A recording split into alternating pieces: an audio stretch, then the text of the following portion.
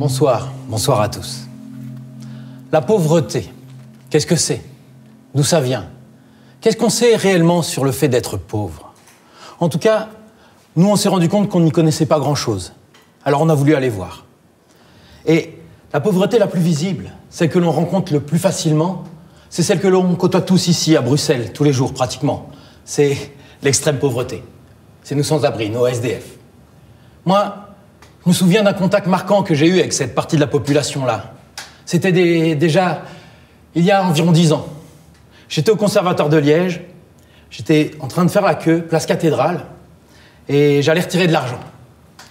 Et là, pendant que j'attends, je vois un jeune type qui s'approche de moi, à peu près ton âge, cheveux bruns, mal coiffé, mal rasé, mal habillé, un bon vieux sac à dos, une casquette rouge, un bon vieux tox de Liège, quoi. Hein. Il s'approche de moi et il me fait « Excuse-moi, t'as pas un peu d'argent pour manger, s'il te plaît ?» Et je dois vous avouer qu'à l'époque, moi, j'en ai un peu rien à faire. Et je l'envoie balader. À peine je me suis retourné que j'entends « Mais j'ai faim, moi! J'ai faim !» Je dois vous avouer que ce jour-là, j'ai quand même un peu ressenti la souffrance d'être à la rue. Moi, pour ma part, j'essaye de donner régulièrement. 1 fois, 2 fois, 3 fois. Et puis à un moment donné, j'arrête parce qu'ils sont beaucoup trop nombreux, alors je dis stop. Je dis non. Mais on n'aime pas, généralement, devoir dire non. Alors je dois vous avouer que pour ne plus devoir dire non, j'ai mis en place des stratégies d'évitement. Allez, qui n'a jamais ici changé de trottoir? Fait semblant de ne pas voir, de ne pas entendre, fait semblant de décrocher son téléphone. Qui n'a jamais dit « Ah non, désolé, monsieur, j'ai pas de monnaie sur moi ». Alors que bien sûr que si, j'en ai de la monnaie sur moi. À l'entrée, on vous a distribué des cartes et vous vous êtes demandé à quoi ça servait. Alors, qui parmi vous a eu une carte rouge? Qui parmi vous a eu une carte noire? Eh bien, mesdames et messieurs, nous avons l'immense plaisir de vous annoncer que tous ceux qui ont tiré une carte rouge pourront dormir dans un centre d'hébergement ce soir. Et oui, à Bruxelles, c'est comme ça que ça se passe parce qu'il n'y a pas assez de place en fait, donc il faut trouver des moyens. Et ce moyen, c'est tirer au sort avec les cartes. Mais si vous tirez la carte rouge, c'est pas pour ça que vous allez passer une bonne nuit. Nous, on nous a parlé de vol, de viol, de maladie, d'insalubrité, de plein de problèmes en tout genre. Et si vous tirez la carte rouge, le lendemain, vous pourrez pas revenir. Parfois le surlendemain, parfois même toute la semaine. Ouais. Mais si ce soir-là, vous avez tiré la carte noire, vous faites quoi?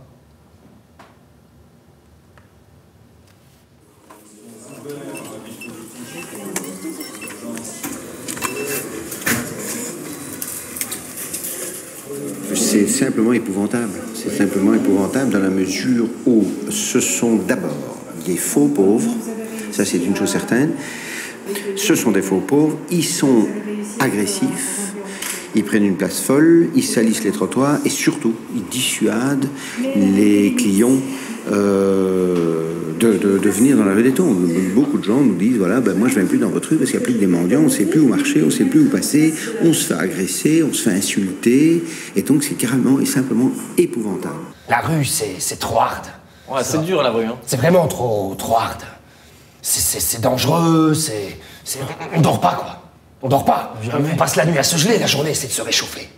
Puis on ne tient plus, on n'a pas un endroit, on n'a pas de perspective, puis on rêve plus. Projet de cauchemar. ouais. Quand tu t'es mangé 25 000 échecs dans ta vie, t'as plus envie d'aller au front. Parce que tu sais bien que tu vas morfler, fatigué. On se prend déjà tout sur les épaules toute la journée, on sait pas comment on va bouffer, comment on va se démerder. Mais en plus, il faudrait qu'on prenne nos responsabilités, quoi. Trop dur, hein. C'est sympa, quoi.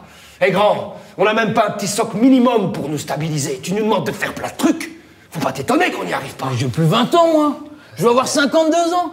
Et je me fais péter la gueule par 3 types. Connard. Il n'y a pas besoin d'être propre pour me défoncer. Tout seul, le mec qui mettait une claque, je tombais. Connard, si J'ai je perdu retrouve, 24 kilos. En 3 mois. 24 kilos. Moi, ça continue. Je suis pas sûr de passer l'hiver prochain. Encore, là, c'est parce qu'ils ont pas lancé le plan grand froid. Parce que, vous savez, quand ils lancent le plan grand froid, c'est quand il fait 0 degré. Mais quand il fait 0 degré, nous, on est déjà en train de se peler les bonbons depuis un bon bout de temps. Il y a déjà des morts. On est là, assis sur le marbre en face du magasin, on attend qu'on nous balance 2 pièces, puis on est en train de se geler costaud. Parce qu'avoir froid, c'est pas avoir froid. Tu rentres chez toi, tu te prends une douche, tu te fous sous la couette. T'as plus froid. Même un gars qui a travaillé sur chantier, là où il y avait de la flotte toute la journée, lui, il rentre chez lui, il se réchauffe. C'est vrai, ça. Ah là, nous, on se réchauffe pas. Jamais. Jamais. Le jour où il y aura plus d'associations qui viennent nous voir, les SDF, mais nous, on va tous péter un plomb en même temps, parce que franchement, de la dignité, nous, on n'en a plus, quoi. Moi, ça fait 3 mois que je me suis pas lavé, 3 mois que je me suis pas pris une douche, 3 mois que je me suis pas changé, mais j'ai plus envie non plus. J'ai plus envie non plus de me changer, de me laver, d'être bien, je sais pas. J'ai l'impression que quelque chose en moi, c'est comme si je m'étais trompé de destin. Parce que ça peut pas être comme ça, mon destin. C'est pas possible. C'est pas possible de vivre tout ce que j'ai vécu comme ça, c'est pas possible. Et d'en sortir indemne? On n'en sort pas indemne d'une vie comme ça. Pas possible. Ouais, je suis malade. Un peu. Malade de la vie, vieux. Malade de vivre. Tu vois, la vie m'a tellement pété à la gueule, de façon excessive, que j'ai plus trop envie de vivre. Mais j'ai pas trop envie de mourir non plus. Je sais pas si vous pouvez comprendre ça. J'ai plus trop envie de vivre, mais j'ai pas trop envie de mourir. Parce qu'il y a Maël. Parce qu'il y aura toujours Maël. C'est la seule personne qui me reste sur cette terre que j'aime encore. Le reste, pouf, vous pouvez tous crever. Franchement, rien à foutre. Hein. Franchement, plus rien à foutre de rien. Hein. Vraiment plus rien. Même moi. On me dirait, tu vas mourir dans 5 minutes. Bah, amen. Les gars, on peut arrêter. J'en ai plein le cul.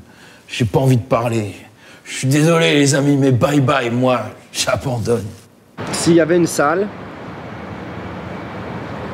400 personnes dedans, qui étaient là, et tu pouvais leur dire une chose et qu'ils t'écouteraient, tu leur dirais quoi? Regardez-moi autrement. S'il vous plaît, messieurs, dames, regardez-moi autrement. Regardez-moi comme si j'étais un être humain, pas comme si j'étais un animal. Regardez-moi autrement. Pourquoi est-ce qu'on ne nous parle jamais du sans-abrisme dans les médias? Ou alors on en fait un jeu télévisé comme Viva for Life, par exemple. Mais ça ne règle rien du tout. On dirait qu'on voudrait juste gérer la pauvreté au lieu de l'éradiquer. Pourtant, le sans-abrisme est un problème de société qui nous concerne tous. En Belgique, c'est 15 000 personnes. Ce sont des hommes, des femmes et des enfants, dont la majorité sont atteints de maladies mentales. Quand on tombe à la rue, la moyenne de temps qu'on y passe, c'est 12 ans. Et souvent, la seule porte de sortie, c'est la mort. On y meurt de froid, de maladie, d'usure, de la gangrène, du sida. Il y a même un mec qui s'est fait écraser alors qu'il dormait sur une plaque de métro. L'année dernière, c'est plusieurs centaines de SDF qui sont morts dans le silence, en Belgique. Parce que quand on meurt à la rue, on est enterré dans une fosse commune, de façon anonyme. La seule raison pour laquelle on recherche les familles, c'est pour faire payer 3 000 € pour l'enterrement. Dans nos recherches, on a appris qu'il existait partout des milliers de logements vides, littéralement inoccupés. Rien que dans une ville comme Bruxelles, il y en aurait plus de 40 000. 40 000 logements. C'est bien plus qu'il n'en faut que pour reloger tous les sans-abri de Belgique avec une seule ville. De plus, toutes les études démontrent que laisser des gens à la rue occasionne des frais bien plus importants à l'ensemble de la société que de les reloger, ces gens. Donc franchement, je me pose la question, mais qu'est-ce qu'on attend, quoi? Papé, c'est un ancien sans-abri qu'on a interviewé et qui nous rappelait que ce qu'il fallait avant tout pour ces gens, c'était un logement. En priorité, pour se recadrer, se reconstruire. Et après, leur proposer un suivi humain, psychologique, voir ce dont ils ont besoin, enfin, un accompagnement réel, quoi. Et moi, j'aimais beaucoup comment il parlait de ce mot-là, accompagnement. Il disait, le mot accompagnement, ça veut dire manger le pain avec. Compagne. Alors que pour le moment, c'est pas avec, c'est trouve-toi un logement, va te faire soigner et va remettre tes papiers en ordre. Moi, j'appelle pas ça de l'accompagnement, moi. J'appelle ça du contrôle, moi. Quand vous êtes à la rue, le droit qu'il faut demander, c'est le Minimex de rue. C'est un revenu de réinsertion d'environ 800 € pour vous réinsérer petit à petit dans la société.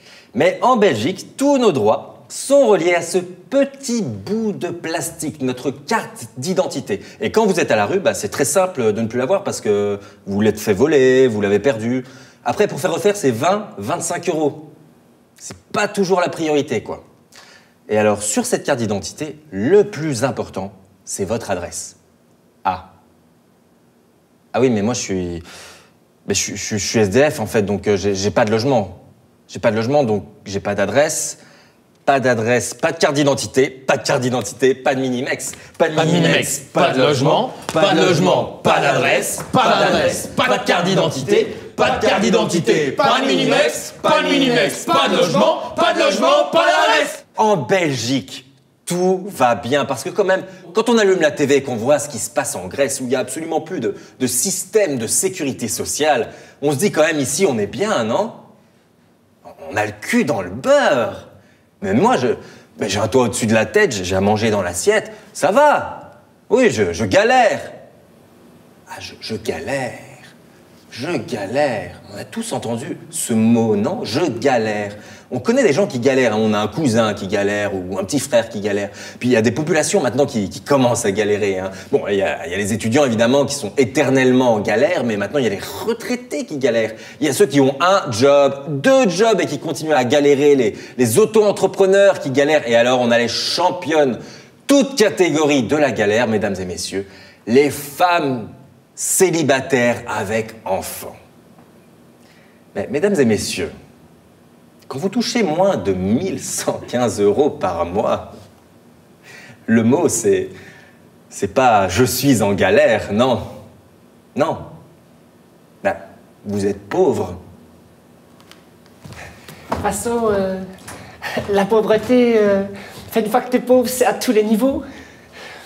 Tu vois, attends, par exemple, quand t'es invité dans un petit endroit, un petit resto, des amis t'invitent, ou des gens un peu plus aisés t'invitent, t'es pas à l'aise.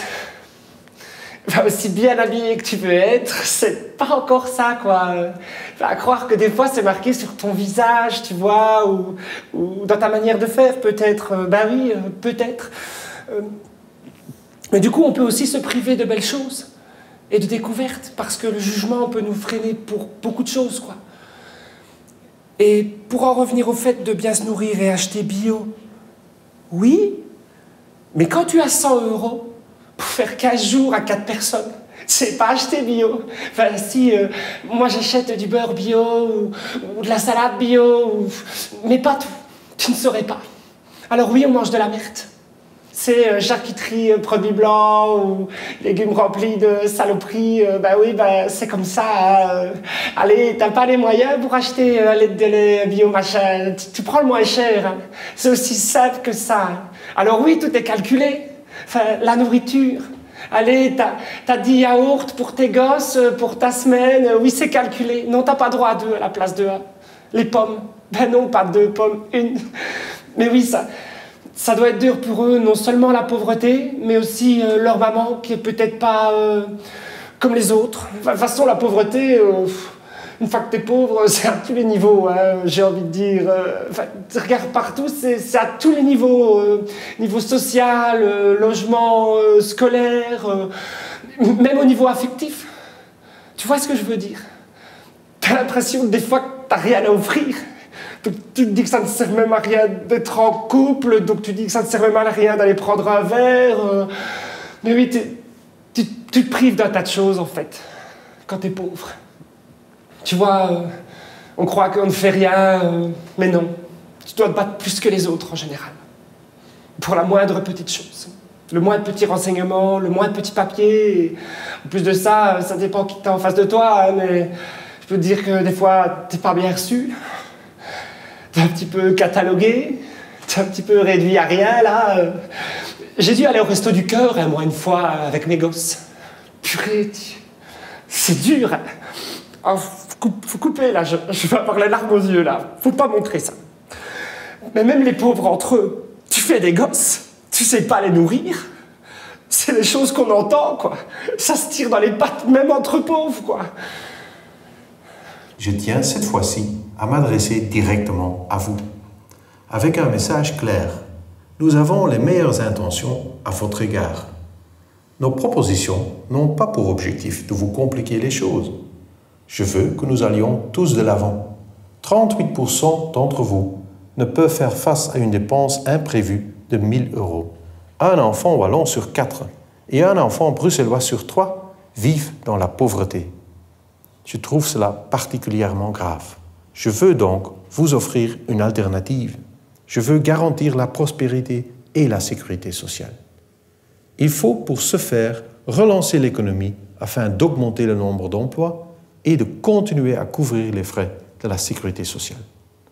C'est pourquoi nous devons récompenser les efforts des personnes qui travaillent et qui entreprennent plutôt que de les pénaliser. Telles sont les valeurs que je défends. Donnez-nous la chance de réformer ce pays afin que nous puissions prouver nos bonnes intentions. Permettez-nous de mener une politique forte et de vous montrer que nous pouvons améliorer votre vie. Ouais, la politique forte de M. De Wever, c'est exactement la même que celle de Monica de Koning, par exemple. Socialiste, ancienne présidente du CPS d'Anvers. Ça a été un laboratoire, c'est là que toute l'activation sociale a été expérimentée. Et c'est devenu le modèle pour tous les CPS du pays. Bam, en 2011, cette femme se retrouve bombardée, ministre de l'Emploi. Et là, il y a la Libre qui l'interviewe. C'est hallucinant. C'est extraordinaire, cette interview. Écoutez bien. Première question du journaliste. Alors, madame, pourquoi est-ce qu'on vous a choisi, vous? Ah, moi, aucun doute, hein, c'est pour mon bilan au CPS d'Anvers. Ah, et quel est-il, votre bilan? Moi, j'ai remis 20 000 personnes dans l'emploi en 5 ans. Mais c'est impressionnant, ça. Et comment avez-vous réussi à faire ça? Moi, j'ai toujours dit, hein, si on prend les gens par le collier, on peut les activer, hein. Et après ça, donc, il y en a qui ont dit, ouais, mais c'est parce qu'elle était flamande, hein, mauvaise bilingue et tout. Non, non, non, non, non. Moi, j'ai des copains flamands qui me disent, ça dit très bien ce que ça veut dire. Hein. C'est prendre les gens au collier, hein. Au collier, hein. Donc, prendre les gens au collier, mais concrètement, on fait ça comment? Bah, vous savez, il y a beaucoup d'abus. Alors, bon qu'est-ce qu'on a fait? On a convoqué chacun, individuel. On leur a dit, lundi prochain, tu vas travailler. Parce qu'on tutoie? Oui. Tu vas laver les carreaux au CPS d'Anvers.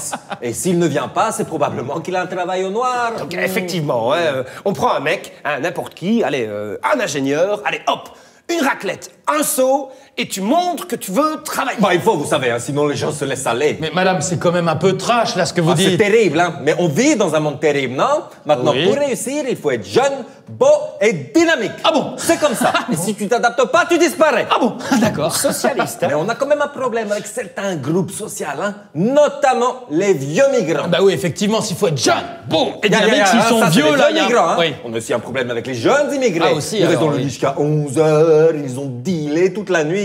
Allez, moi je veux faire quelque chose pour ces jeunes. Alors là, vous voyez directement, hein, c'est l'empathie. Hein, il faut aider ces gens. Parce qu'à Anvers, on se prépare un vrai cancer. Donc, hein. immigré égale métastase. Voilà, c'est clairement le discours, c'est assumé, c'est la faute des pauvres. Et les deux expressions qu'on a vues apparaître après et qui ont été reprises par de nombreux directeurs de CPS, c'est « et ». On n'est pas le bon contact, hein. Ou alors, c'est pas Win for Life ici. Feignasse, menteur, assisté, enfant gâté, assistana, en finir avec une Wallonie de l'assistanat. Qui sont les vrais fraudeurs? Ça, c'est le discours qu'on entend tous les jours, dans les médias et ailleurs, de plus en plus. Histoire que l'on sente bien que quand on est pauvre, eh ben on fait partie des parasites. Et moi, j'en connais des parasites, j'en connais pas mal. Des gens qui n'en foutent pas une, qui sont même plutôt nuisibles, et qui se font plein de thunes. Ça s'appelle les actionnaires. Et alors qu'on nous parle tout le temps de la fraude sociale, j'aimerais bien vous parler un peu de la fraude fiscale, parce que franchement, entre les deux, c'est le jour et la nuit. La fraude sociale en Belgique, c'est quelques millions d'euros. La fraude fiscale, c'est des milliards et des milliards et des milliards qui s'envolent tous les ans vers les paradis fiscaux.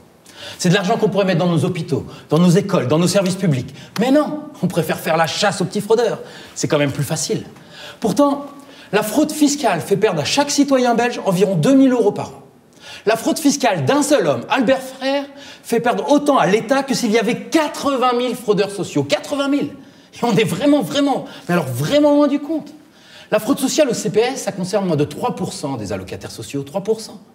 Et c'est pour quelques centaines d'euros qui va dans la poche de ceux qui n'ont déjà rien. Et c'est de l'argent qu'ils vont aller dépenser directement dans l'économie. Ils vont pas aller le planquer au Panama, hein. Ou alors peut-être si c'est le bistrot, là, qui s'appelle le Panama, là, peut-être, ouais.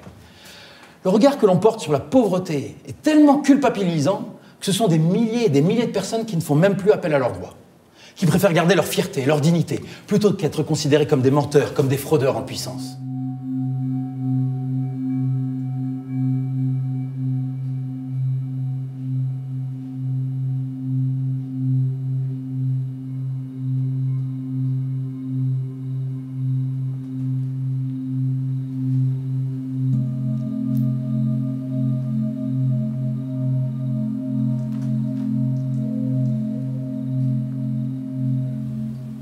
Jessica, 22 ans, disparue.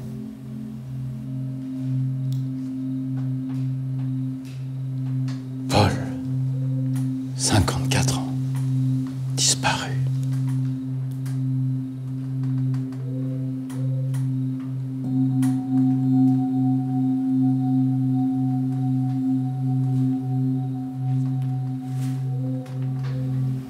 Yacine, 27 ans, disparu.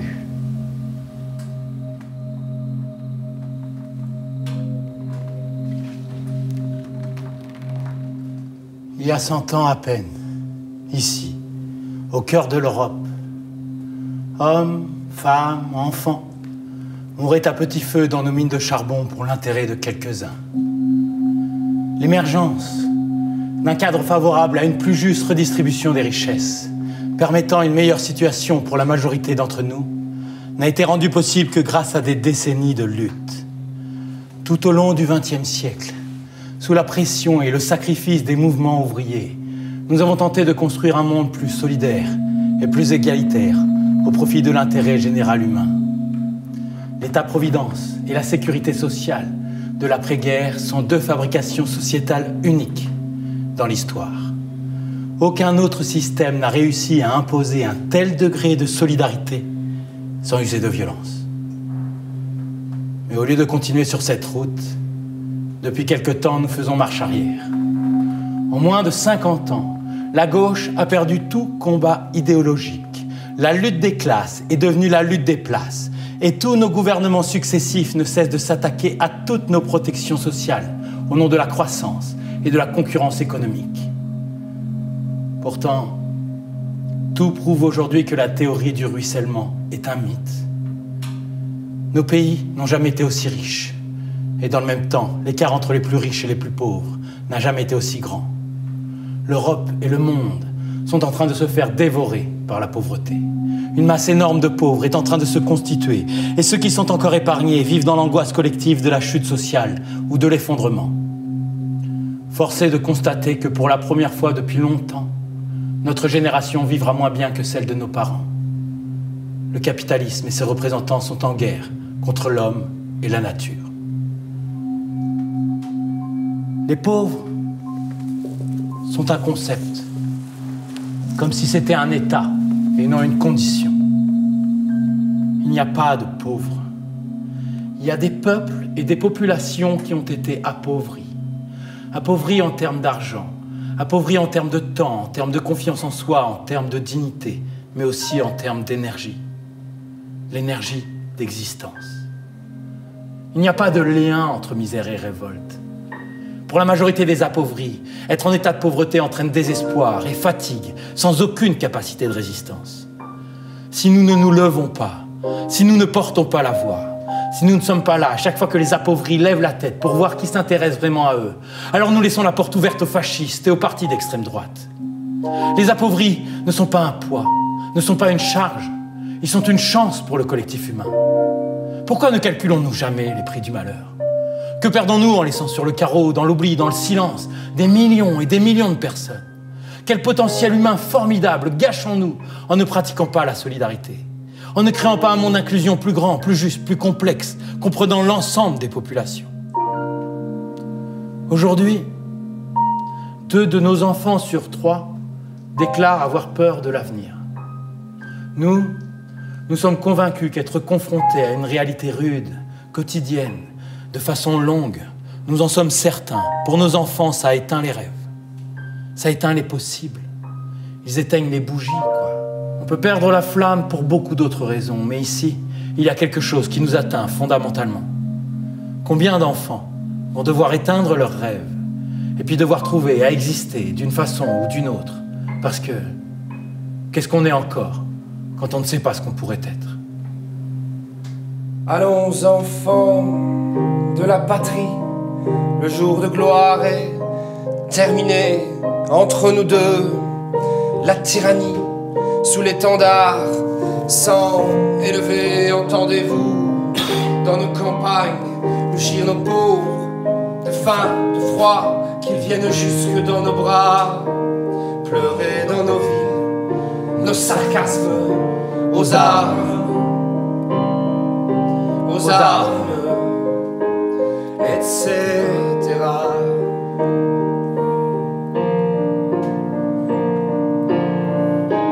L'État comprime et la loi triche, l'impôt se rit des malheureux, nul devoir ne s'impose aux riches, le droit du pauvre est un mot creux, des preuves qui se ramassent à l'appel, l'égalité n'existe pas, pas de droit sans devoir, dit-elle, égaux à la naissance parfois, liberté, liberté chérie, ceux qu'on la thune n'ont que l'odeur, amour sacré de ta patrie, et ta fraternité se meurt, et ta fraternité se meurt. Aux armes, etc.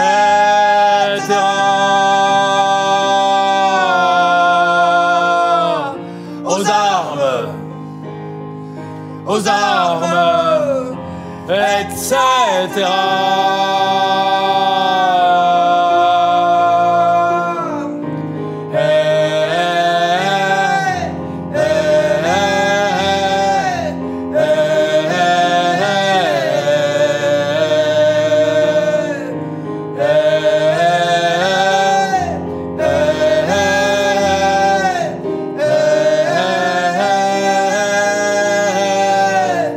Aux armes.